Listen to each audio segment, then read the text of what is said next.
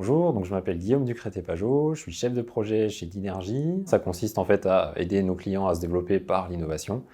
Et donc pour ça, on va d'abord comprendre leurs besoins, ensuite structurer une méthodologie pour y répondre, et puis on va travailler ensemble à opérer toute la mission jusqu'à son terme, en espérant que le résultat soit positif. Alors au quotidien, ce qui est super intéressant dans mon métier, c'est que dans un premier temps, en fait, on est amené à travailler sur de multiples secteurs d'activité. Et donc à chaque fois, il y a un enjeu assez fort de pouvoir se mettre rapidement dans ce nouveau secteur, dans cette nouvelle thématique, pour en comprendre les enjeux et puis être rapidement opérationnel sur la mission.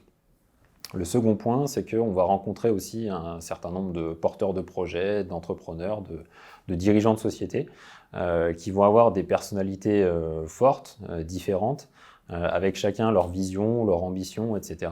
Et donc, on va devoir travailler ensemble sur chacune des missions pour leur amener le plus de valeur possible.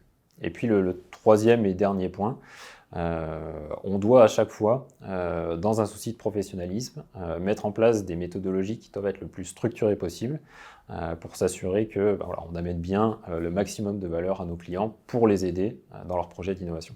La mission qui m'a le plus marqué chez Dinergy, c'est une mission que j'ai réalisée entre 2019 et 2020 avec une ONG, donc Handicap International, qui maintenant s'appelle Humanité et Inclusion. Alors ce qui m'a marqué, c'est que alors déjà la thématique, en fait on a travaillé sur le déminage, avec pour objectif de faire émerger des concepts innovants pour aller plus vite, tout en conservant un niveau de sécurité optimal dans les opérations de déminage. Le deuxième point qui m'a beaucoup plu, c'est que le déminage, en fait, on s'y est confronté sur le terrain en voyageant au Tchad à 2 reprises. Donc, Handicap International nous a introduits auprès de ces équipes de déminage sur le terrain en plein désert.